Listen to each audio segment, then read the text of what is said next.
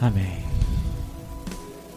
Há uma mensagem de Jesus Cristo dada a Pedro, que diz assim: as portas do inferno não resistirão à igreja.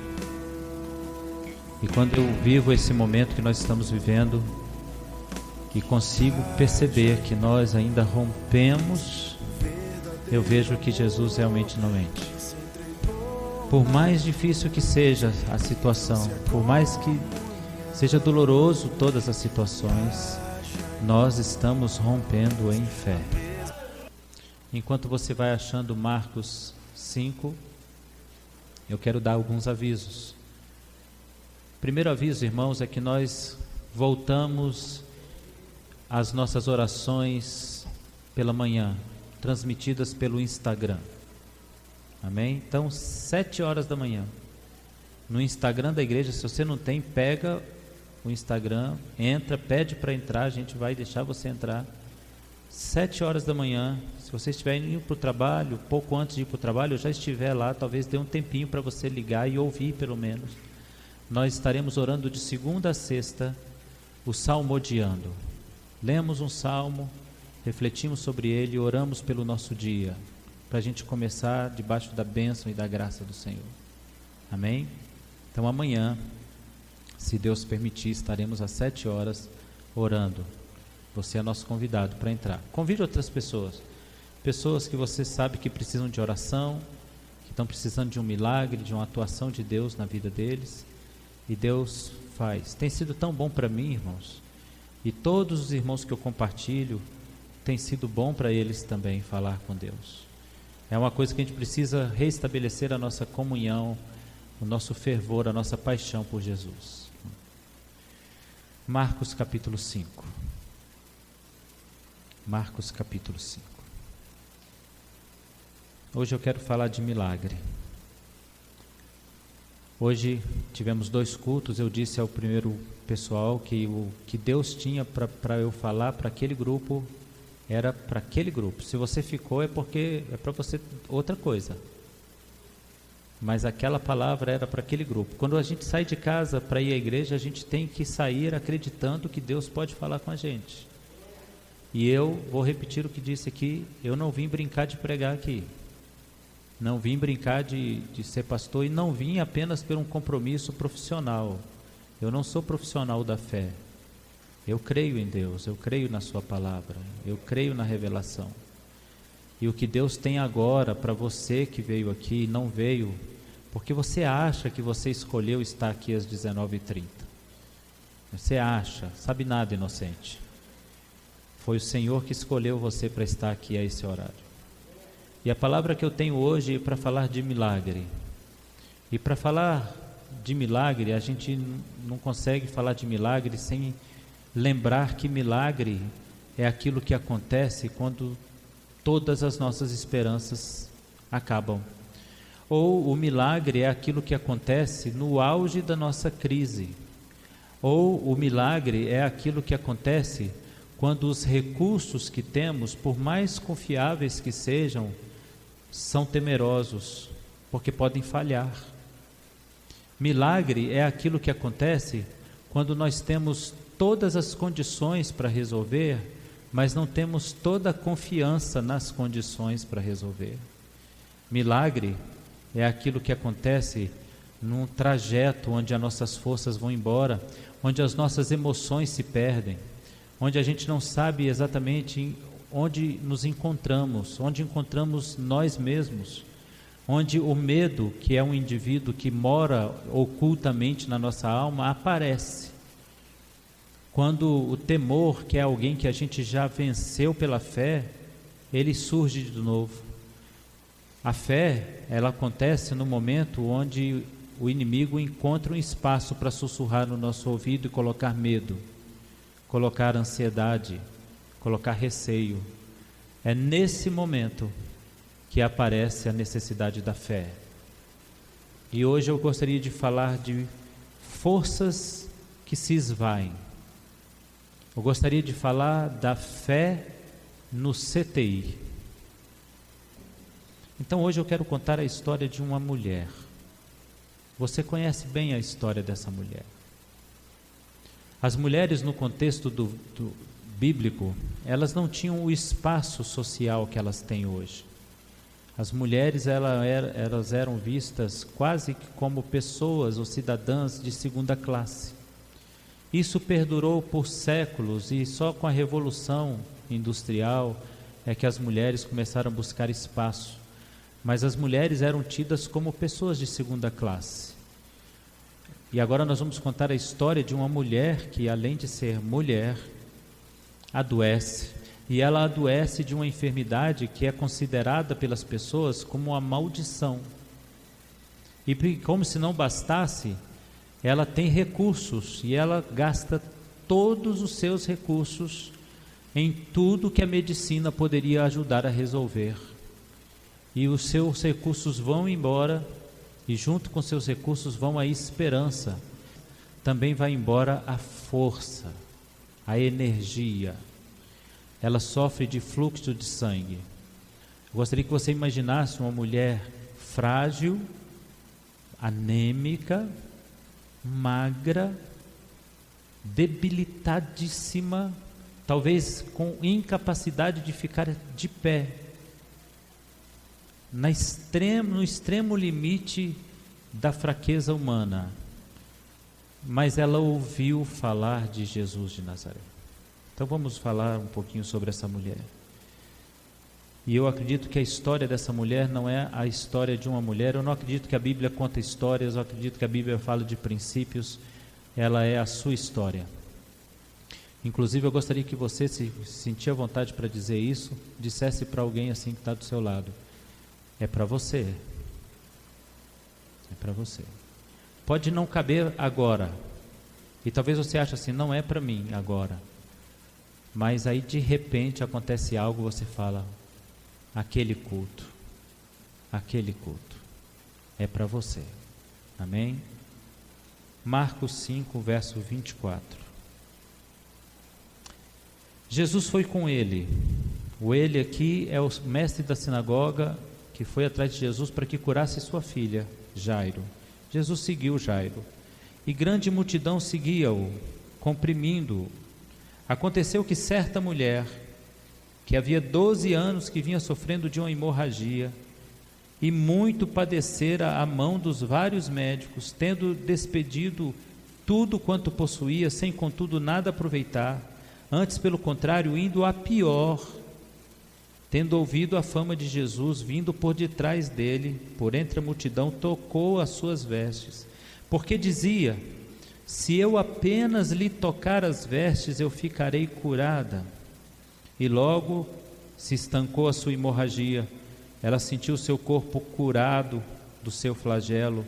Jesus reconheceu imediatamente que dele saiu o poder. Virando-se para a multidão, perguntou: quem me tocou nas vestes? E respondeu-lhe seus discípulos: vês uma multidão e perguntas: quem me tocou? Hoje eu gostaria de trazer a essa história e fazer você observar que essa história está falando de todas as condições para que um crente esteja desmotivado. Todas as condições. Essa história está falando de toda uma circunstância que favorece o descrédito e não a fé. Olha para mim e pense um pouquinho nessa história. Essa mulher é judia, ela teme ao Senhor, ela tem recursos e tem fé. Na sua fé, ela é frustrada com a doença sem cura médica. E tudo aquilo que ela conquistou ao longo da vida, ela perde na doença que ela adquiriu, que Deus poderia ter curado. Então o que nós estamos falando aqui é de completa desmotivação. Nós estamos falando aqui de um conflito emocional profundo. Nós estamos falando de uma crise profunda. Essa crise está baseada em vários pontos, em vários elos. Eu sirvo a Deus porque estou doente? É uma pergunta que muita gente faz. Eu sirvo a Deus, por que Ele não me curou? E qual que é o sentido de Deus ter me dado tudo e permitido que eu perca tudo exatamente agora que eu preciso de tudo? Qual que é o sentido de Deus ter me dado tudo e me fazer perder tudo com doença? Então nós estamos falando de uma pessoa que está vivendo um sério conflito. Somado a isso, ela é mulher dentro de um contexto social difícil, está frágil e perdeu todo o seu recurso. Agora ela não tem nem como pensar na possibilidade de procurar um novo especialista. Ela está na rua, possivelmente vivendo de ofertas das pessoas. Ela é quase um mendigo jogado à beira da estrada. E a história dessa mulher agora vai falar de alguém que encontrou motivação para mudar a sua história.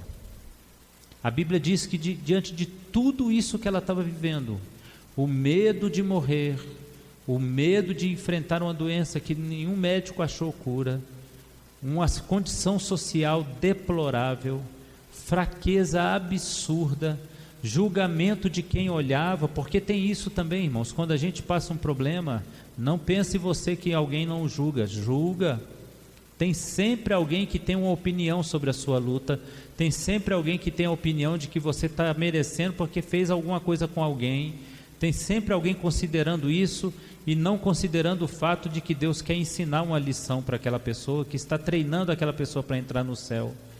Então, diante de tudo isso, ela ainda tem os olhares de julgamento, mas nessa situação, nesse contexto, ela encontrou encorajamento. Eu quero te fazer uma pergunta. Você é do tipo de crente, do tipo de cristão, que só encontra motivação e encorajamento quando tudo está indo bem? Você é do tipo de cristão que só confia e só se sente motivado quando as circunstâncias são favoráveis? Você é um crente que encontra o encorajamento só na motivação positiva? Esta mulher estava em situação desencorajadora, completamente frágil, e tinha todos os componentes para não reagir. E eu quero ser profeta para você essa noite. Todas as situações para descrer, para não acreditar, essa mulher tinha. Mas a Bíblia diz que, ao contrário das expectativas de todos dentro da situação dela, ela decidiu reagir. O interessante aqui é o sentido da palavra reagir. A palavra reação vem do latim, que significa uma atitude de protesto, uma atitude de inconformidade, uma atitude de reação. Reagir é se sentir na condição, no direito de não aceitar aquela situação, de não se conformar que aquilo esteja acontecendo. Reagir é um protesto emocional interior, é um protesto do coração, é um protesto da alma.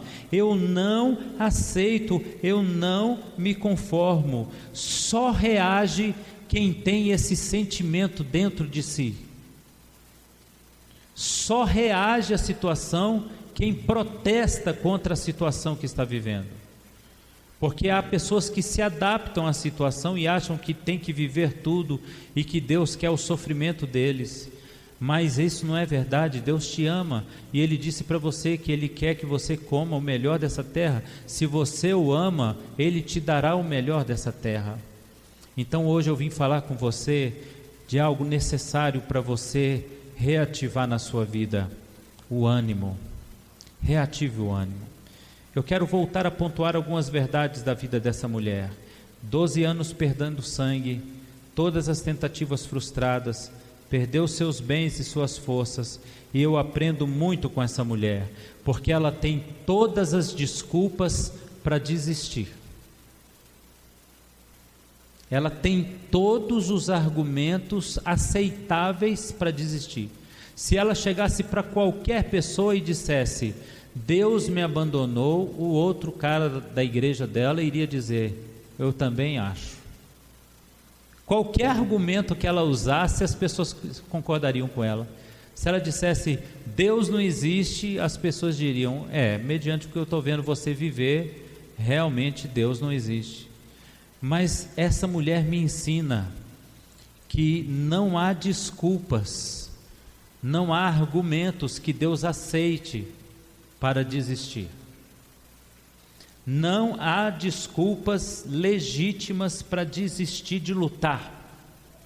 Olha para mim que eu quero profetizar sobre sua vida. A palavra de Deus para você primeiro é: não tenha medo. A segunda palavra de Deus para você agora nesse momento é: não é razão o que você está vivendo para desistir. Embora eu não conheça o que você está vivendo, saiba que, imagine que você esteja vivendo coisas sérias e graves, a palavra de Deus para você é: não tenha medo, eu sou o teu Deus. Essa é a primeira palavra. A segunda palavra é: não use essa desculpa para se acomodar. Reaja. Reaja. Existe algo que Deus, que o Espírito Santo falou ao meu coração para eu trazer para este culto, e eu entendo plenamente que é para você que está aqui. Essa mensagem que eu vou dar é para você que está aqui. E o Espírito Santo falou muito forte no meu coração: nós precisamos incomodá-lo. Nós precisamos colocar no nosso coração um sentimento de protesto contra o mal que Satanás quer fazer e incomodar a Deus. Nós precisamos do inconformismo. Nós precisamos abandonar o conformismo, abandonar o derrotismo, abandonar o sentimento de coitadismo, de vitimismo. Pare com esse sentimento, ele está destruindo você e quem está ao redor de você. Nós precisamos abandonar esse sentimento de conformidade com tudo. Existe uma pandemia, eu tenho que aceitar. Não tenho que aceitar. Eu estou convencido que eu não tenho que aceitar. Eu não vou sair por aí sem máscara fazendo as coisas, não é disso que eu estou falando. Eu estou falando que eu tenho um coração com fé em Deus suficiente para entender que isso não é razão para barrar o poder do meu Deus. Eu tenho que estar inconformado com a situação das notícias na TV. Eu tenho que ter um compromisso pessoal de lutar para mudar isso na minha casa, mudar a minha consciência. Irmãos, tem gente se trancando em casa com pavor. Você não pode aceitar isso mais. É necessário que você abandone a ideia de derrotismo. Olha a história dessa mulher, ela perdeu tudo, mas ela não se sentiu no limite, na derrota.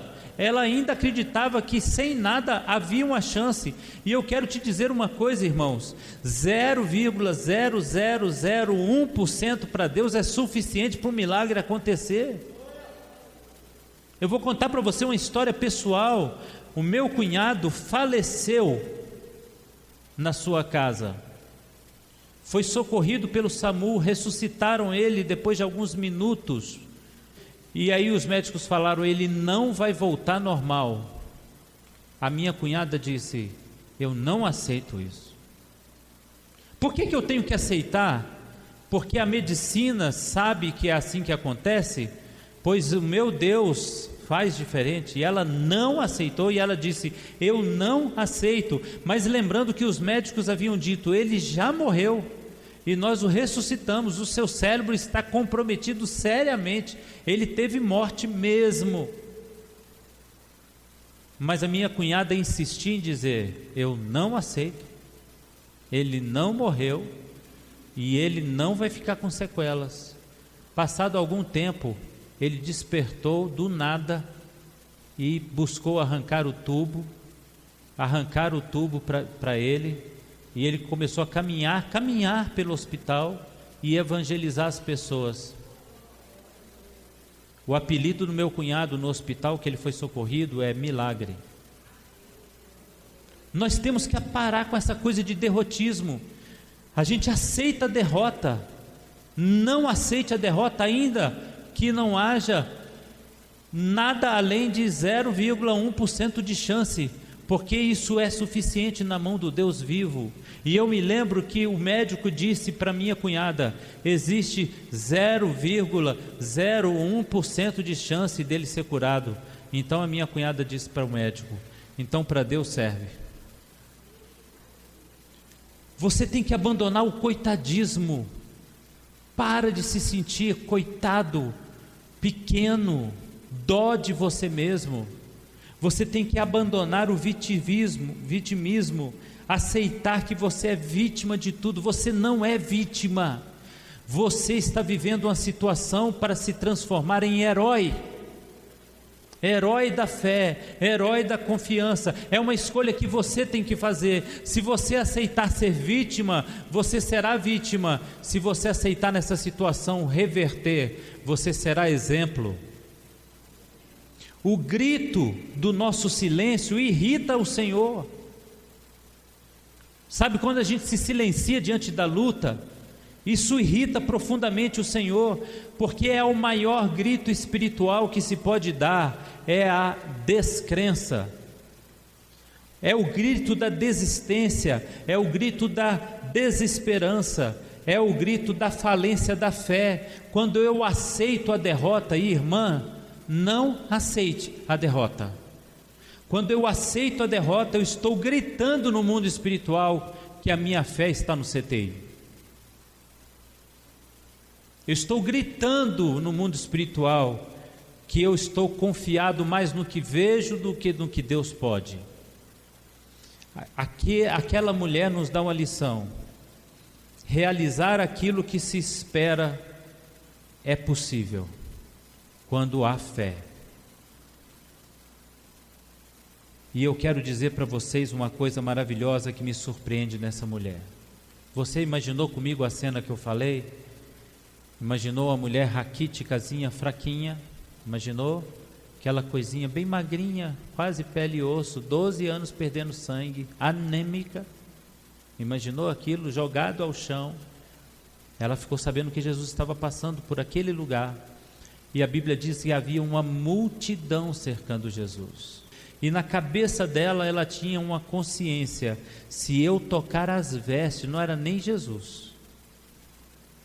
E isso pode ser traduzido por: se eu chegar perto, já resolve. Se eu tocar as vestes, ela disse: se eu creio, tudo será possível. Olha para mim, porque eu quero falar com você. Deus pode restaurar sua saúde, mas Ele precisa começar pela espiritual. Se você está abatido, o corpo pode ser curado, mas você vai morrer ainda. Ela continua pela cura do emocional e ela termina pela cura física. O Senhor pode te curar. Eu me lembro da história de um homem aleijado que tinha alguns amigos, e esses amigos o carregavam para cima e para baixo em uma maca, até que ficaram sabendo que Jesus de Nazaré estaria naquela cidade. A multidão se colocou mais uma vez ao redor de Jesus. Os amigos subiram no telhado, destelharam o telhado e desceram o amigo pela maca. Eu aprendo 2 ou 3 histórias com isso. Primeiro, eu aprendo que aquele homem que estava na maca não gostava da situação, da condição de dependência, porque ele tinha amigos verdadeiros que faziam tudo para ele, mas ele desejava a cura. Olha para mim, irmão, você não pode aceitar a situação de ser carregado. É gostoso, mas o Senhor pode te tirar dessa situação. Eu quero até dizer algo aqui que eu não sei onde o sentido faz, mas pode fazer sentido para você. É gostoso viver às vezes na dependência financeira de alguém, mas Deus não quer você dependente. Deus está te ofertando essa noite a independência. Se você crer, Ele te tornará independente. Aquele jovem era carregado pelos amigos, é muito bom, quero ir, me leva, quero voltar, me traz. Mas ele sentia desejo de ser curado, é a primeira lição que eu aprendo. A segunda lição que eu aprendo é que ele estava disposto a passar por qualquer desafio, por qualquer risco para ser curado, para chegar perto de Jesus. Mesmo que custasse o esforço de pessoas e ele tivesse que confiar em outro, ele estava confiado. Mas a maior lição, irmãos, é que ele não se frustra diante da sua expectativa. Todas as vezes que você desejar não ser dependente, não ser alguém que está numa condição de derrota e permanecer, o Senhor irá te honrar. Sempre, sempre, sempre, sempre. Aquela mulher me ensina uma coisa muito séria também. Imagine você 12 anos sofrendo uma determinada luta. E aqui eu quero abrir um parênteses, porque existem lutas que a gente vive há muitos anos. Elas se repetem, 12 anos vivendo. Isso pode ser extremamente exaustivo. Concorda comigo? Passa um ano, você está com problema, 2 anos, o problema continua, 3 anos, parece que nada vai acontecer. Isso é extremamente desestimulante, desmotivacional. O que vem no coração da gente é que Deus não vai fazer nada. Mas sabe o que eu acho lindo na história dessa mulher? Ela achou força na fraqueza. Eu acho isso maravilhoso. Eu não sei quantos de vocês estão fracos hoje, mas a pandemia enfraqueceu a alma e o espírito de muitos crentes.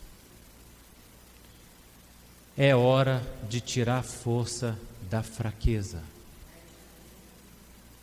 É hora de tirar força da fraqueza.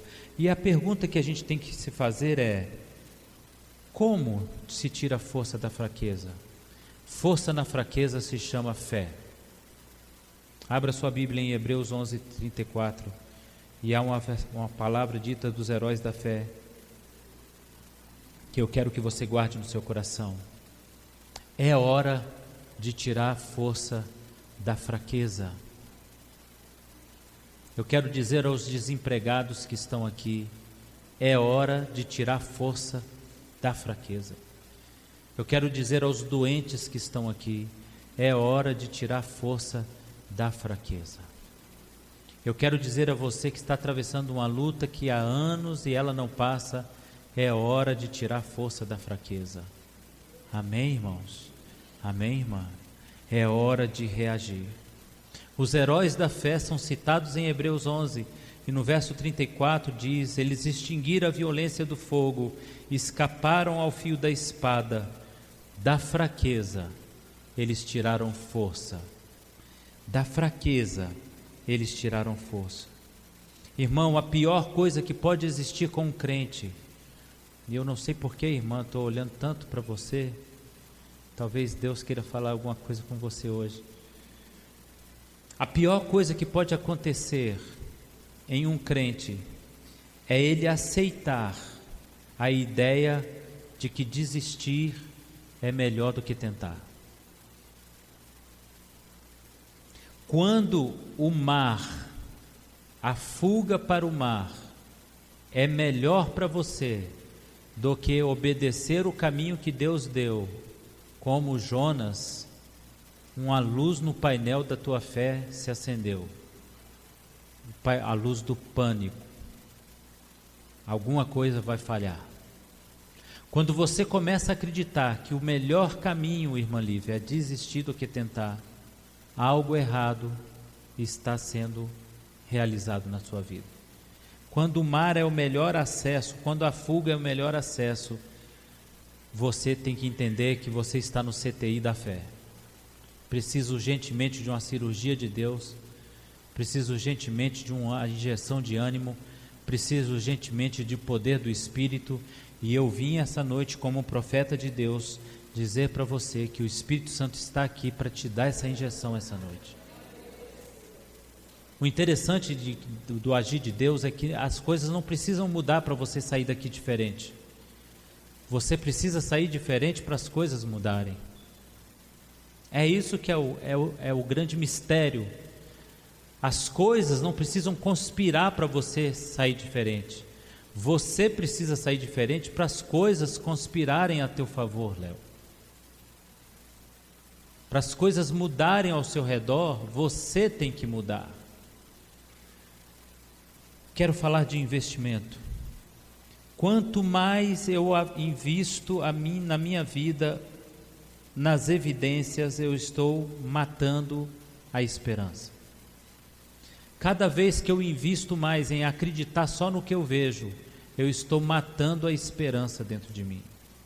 Mas quando as minhas atitudes e decisões são tomadas não pelo que eu vejo, mas pelo que eu creio, eu não estou investindo em fé, eu estou investindo em Deus.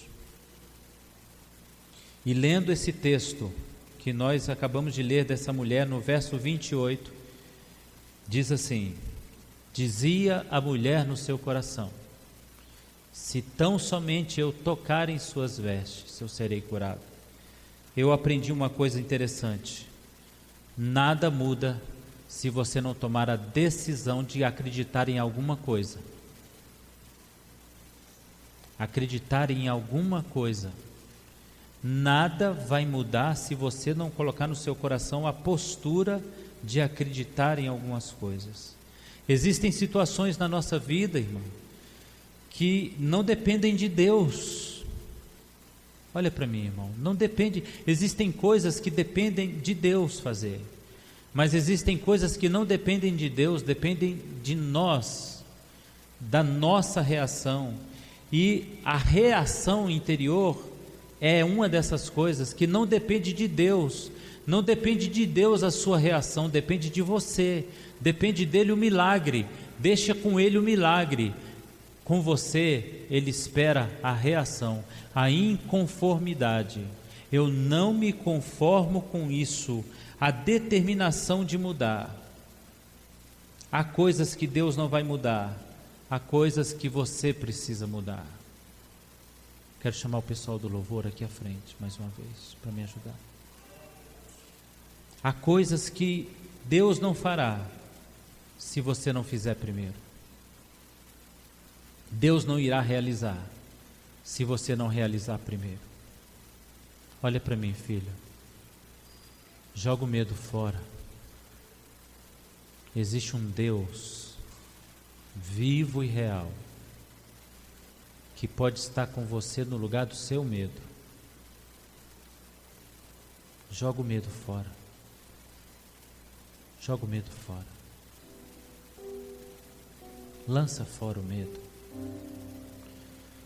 Você pode estar dizendo para mim assim, aí falando com Deus: pastor, já não tenho nem força mais. Irmãos, se eu for contar para você quantas vezes eu subi nesse púlpito sem forças, você vai ficar surpreso. Mas quem disse que é por nossa força? Quem disse que é porque nós iremos fazer? Não é por nossa força. Mas deixa eu voltar a dizer o que o Espírito Santo está me mandando dizer para você como um profeta de Deus na sua vida. Não se conforme com a situação. Ficou desempregado? Não se conforme, porque está havendo muito desemprego. Deus abre porta onde não há porta. Não se conforme com a doença. Não se conforme com a depressão. Eu estou sentindo do Espírito Santo de Deus de dizer que há pessoa aqui, há gente aqui, talvez pessoas aqui, em profunda depressão. Chegam em casa depois do culto hoje ou amanhã e vão entrar para o quarto, fechar o quarto, trancar a porta e entrar num mundo escuro da alma. Não aceite essa situação. Você pode sair dessa situação. Aquela mulher nos mostrou que não era a força dela, era a força da sua fé. E ela tocou em Jesus e Jesus disse: saiu de mim virtude. Alguma coisa aconteceu. Você não precisa fazer muita coisa para Deus fazer o milagre, não, irmã. Você acha que você tem que fazer campanhas para Deus fazer milagre? Não. Você precisa tão somente crer. Esse é o grande mistério de seguir Jesus, é só crer, é só acreditar, é só confiar hoje e ficar inconformada. Você não pode estar conformado que a separação vai acontecer, você não pode estar conformado que a doença vai se instalar, você não pode ficar conformado que esse lugar é o lugar para você para sempre. Você tem que reagir. E a minha palavra, que eu creio, veio do coração de Deus para você, é que essa mulher, ela é uma figura de muitas outras pessoas que tiram da fraqueza a força, e Deus se agrada disso. Vamos ficar de pé. Sabe uma coisa linda, irmãos, que está nesse texto, que eu acho maravilhoso? Como Deus honra a fé, independente de como ela se manifesta. A fé, ela tem algumas coisas estranhas, a gente estabelece padrões estranhos, né? Onde da Bíblia aquela mulher leu que tocar na veste de alguém cura? Em lugar nenhum. Mas quem explica a fé? Quem explica? Às vezes a pessoa fala assim: Senhor, eu vou abrir a Bíblia aqui, o que o Senhor vai falar comigo? Ela abre a Bíblia e diz: meu servo, eu te sustento. É o que eu estou lendo aqui, viu, irmão? Eu te escolhi, a minha alma se compraz e o meu espírito está sobre ti. Quem disse que há lógica nisso? Mas o mundo espiritual não tem lógica, tem fé. Você precisa entender que a sua completa ausência de força para Deus é suficiente. Irmã, eu não te conheço. Não te conheço. Mas eu quero te dizer em nome de Jesus: põe alegria no teu coração. Põe sorriso no teu coração. É tudo que está faltando para o milagre chegar. Nilma, põe alegria no teu coração. Põe alegria no teu coração. Sorriso no teu coração. Léo, põe alegria na tua alma, Léo. Reage. Entra no meio da multidão. Jesus quer ser tocado. Amém? Amém, Rócio? Acredite. Não há limites. E o fim não chegou. Deus ainda está passeando no meio do seu povo. E se você está ouvindo o barulho dele passar, toque nele, Rócio. Ele está passeando aqui agora, irmãos. O milagre vai chegar. Vocês vão tocar nele em breve. Mas não se conforme com a tristeza, com a amargura. Não aceite o medo. Amém? Gostaria que nós